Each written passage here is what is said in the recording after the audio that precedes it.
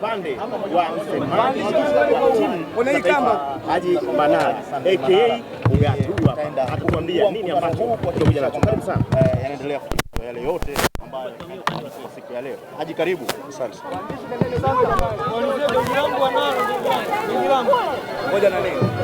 Naomba tusikilizane. Naomba tusikilizane. Waandishi mje kwa huku mbele. Waandishi wote.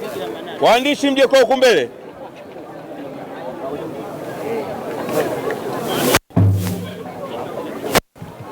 Kazi na utu. Tunasonga mbele. Serengeti Boys. Nasema viva Serengeti Boys. Mheshimiwa Waziri mwenye dhamana ya michezo, waheshimiwa mawaziri, waheshimiwa wabunge, viongozi wa TFF wakiongozwa na rais pamoja na viongozi wa baraza la michezo, Watanzania wenzangu, assalamu alaikum. Bila kuwasahau wanahabari, mkutano huu sio rasmi, lakini waziri kwa niaba ya serikali ya Jamhuri ya Muungano wa Tanzania angependa kuzungumza nanyi. Angependa kuwaasa, lakini angependa kuzungumza na Watanzania ambao wanatuangalia live hivi sasa kupitia vyombo mbalimbali vya habari.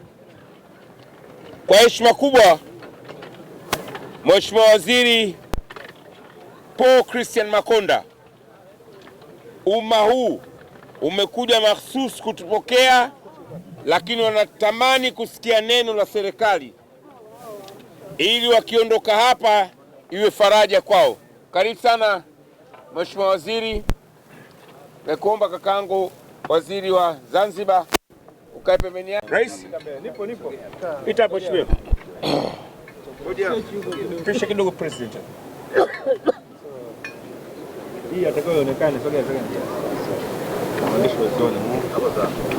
Jamani, asalamu alaikum. Wa alaikum salaam. Tumsifu Yesu Kristo. Ndugu wa Tanzania, kwa heshima ya kipekee tunamtukuza Mungu kwa kutulinda, kutusafirisha na kutupa nafasi ya kuingia kwenye fainali mwaka 2026 under 17 na kuwa wabingwa wa pili kwa matokeo ya penalty. Tunamshukuru Mungu pia kwa kuilinda nchi yetu na kutupa watoto wenye vipaji waliozaliwa navyo na sasa wakiwa wanaendelezwa kutokana na taaluma mbalimbali ndani ya nchi yetu. Tunamshukuru sana Daktari Samia Suluhu Hassan, Rais wa Jamhuri ya Muungano wa Tanzania, kwa mapenzi yake ya dhati katika mipira au katika michezo, yaliyopelekea taifa letu kuandika historia mpya, si tu Tanzania bali duniani. Tunaendelea kumwomba Mwenyezi Mungu azidi kumpa afya njema,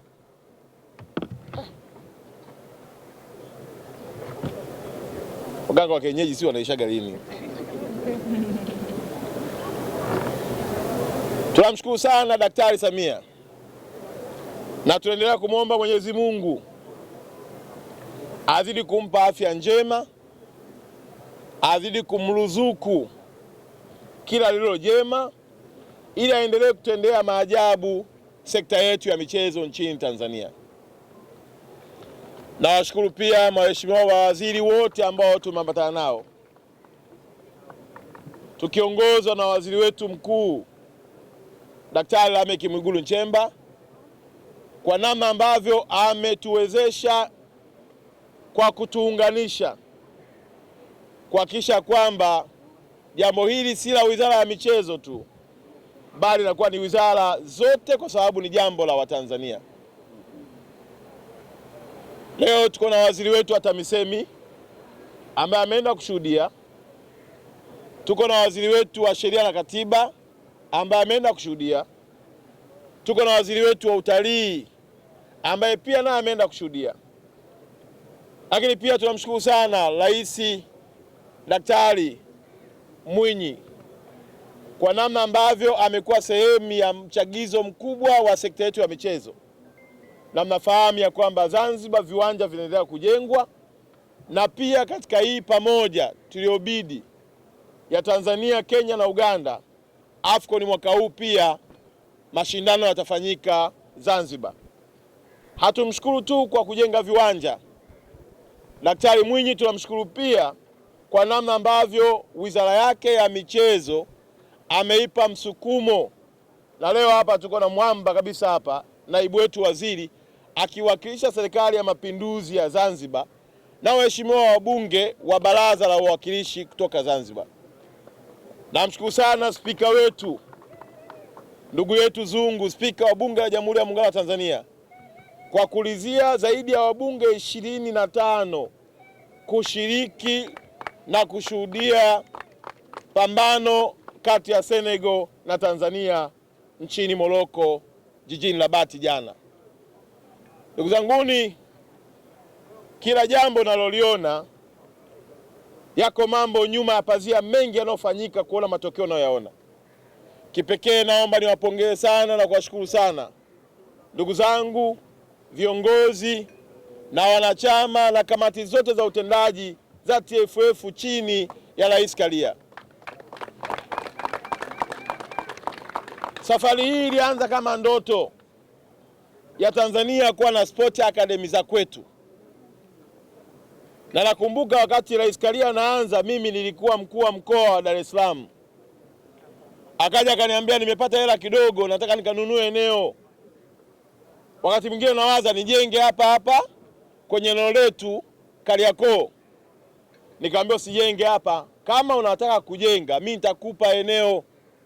Rais Karia nikampatia eneo Kigamboni, na fedha ya kwanza aliyoipata kutoka FIFA akaenda kujenga kituo hicho.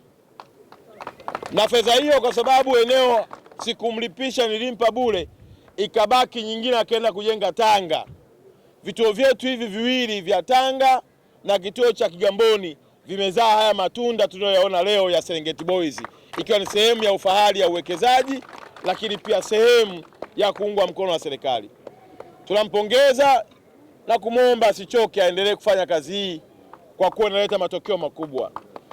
Pongezi zangu za mwisho ziende kwa captain wetu jamani, kocha wetu, kocha mzawa, kijana wa Kitanzania aliyewasumbua wakubwa wote wa bara la Afrika. Naomba makofi mengi sana kwake.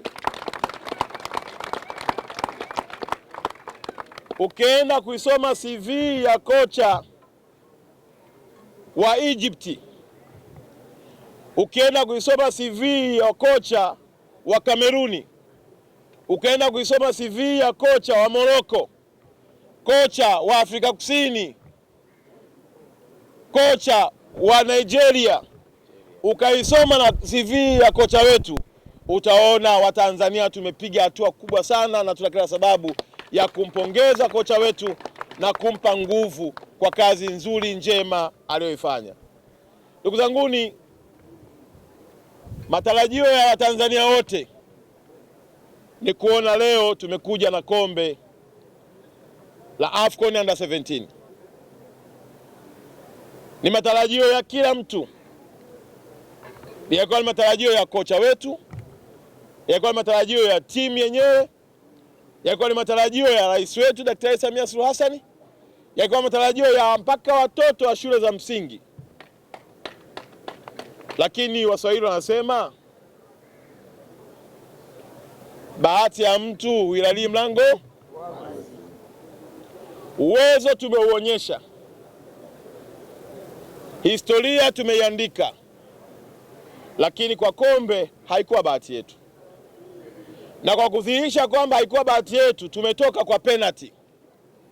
Penalty ambayo haina bingwa duniani.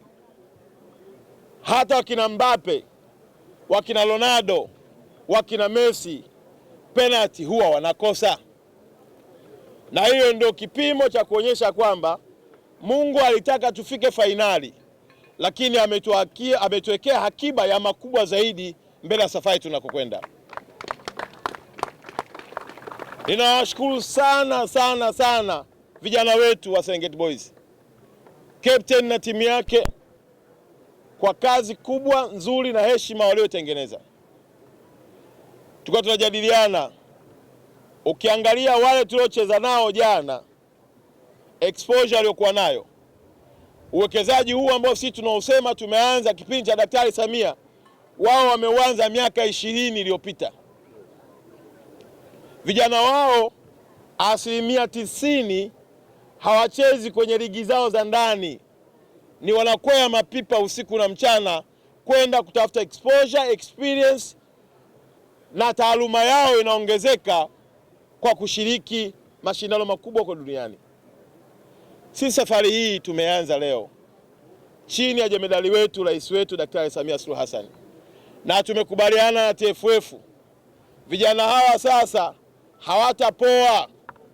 Tunahitaji tuwatoe hapa waende wakapate mechi Ufaransa, waende wakapate mechi Uingereza, waende wakapate mechi Spain, waende huko duniani wakajenge uzoefu, kwa kuwa vipaji wanavyo. Tunachohitaji ni kuwapa uzoefu wa kimataifa ili waishangaze dunia. Novemba anaenda kucheza kombe la dunia.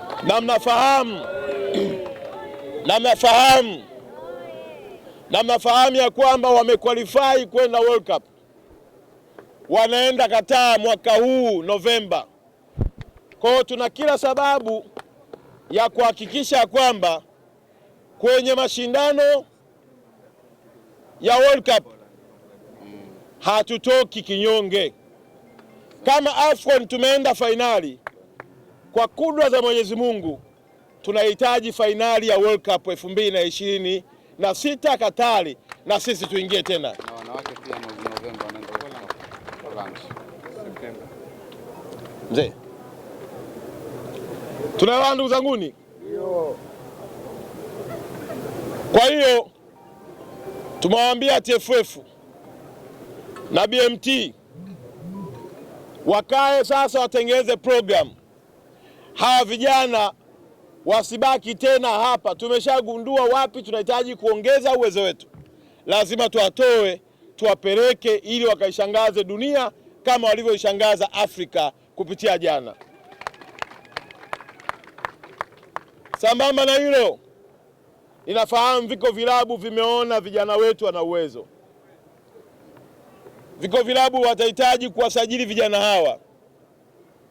Maelekezo yangu kwa BMT, Under 17 isisajiliwe na kilabu chochote bila kuweka masharti ya huyo mchezaji kucheza angalau 50% ya mashindano ya hivyo vilabu. Viko vilabu vinawachukua wa vijana na kuwasajili na vinawaweka benchi msimu mzima, wanaua vipaji vya watoto wetu. Leo hii sitataja, wako vijana wazuri sana walionyesha uwezo mkubwa, vilabu vikawachukua. Kocha ameshindwa kuwachukua kwa sababu wamekaa kwenye vilabu hawachezi, wanashusha uwezo wao. Kwa hiyo naomba sana TFF, simamieni utaratibu wa usajili. Hatua